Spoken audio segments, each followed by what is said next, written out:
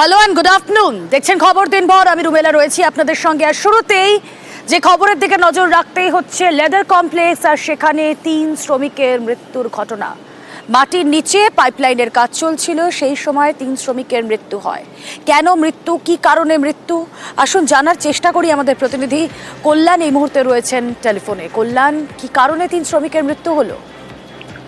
একেবারেই রুমেলা, জানিয়ে রাখি আজকে সকাল থেকে কিন্তু কেএমডি এর যে সমস্ত শ্রমিকরা এই লেদার কমপ্লেক্সের ভিতরে পাইপলাইনের কাজ করছে, প্রতিদিনের মতন আজকেও তারা কিন্তু এই কেএমডি এর যে সমস্ত শ্রমিকরা তারা এই কাজ শুরু করেছিল। ফলে যে দীর্ঘ যে বিস্তীর্ণ এলাকা জুড়ে যে জলের পাইপলাইনের যে কাজ হচ্ছে মাটির নিচে, সেই পাইপলাইনের কাজই করছিল তারা।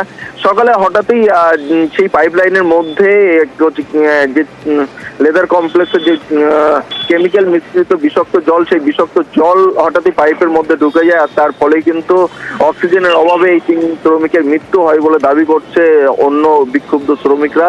ঘটনাকে কেন্দ্র করে এলাকায় ব্যাপক উত্তেজনা ছড়িয়ে পড়ে। ঘটনাস্থলে আসে কলকাতা লেদার কমপ্লেক্সের পুলিশের পাশাপাশি উচ্চ স্তরের পুলিশ আধিকারিকরা। এরই পাশাপাশি ঘটনাস্থলে পৌঁছায় এলাকার যে সমস্ত জনপ্রতিনিধি তারা।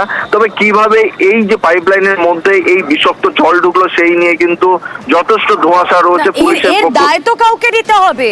পাইপলাইনের কাজ চলছে, 3 শ্রমিক সেখানে গিয়ে মারা যাচ্ছেন, এরকম যে কোনো অবস্থা যাতে না হয় তার জন্য তো লেদার কমপ্লেক্স কর্তৃপক্ষকেই ব্যবস্থা নিতে হবে। সেটা কি তারা করেছিলেন আদৌ?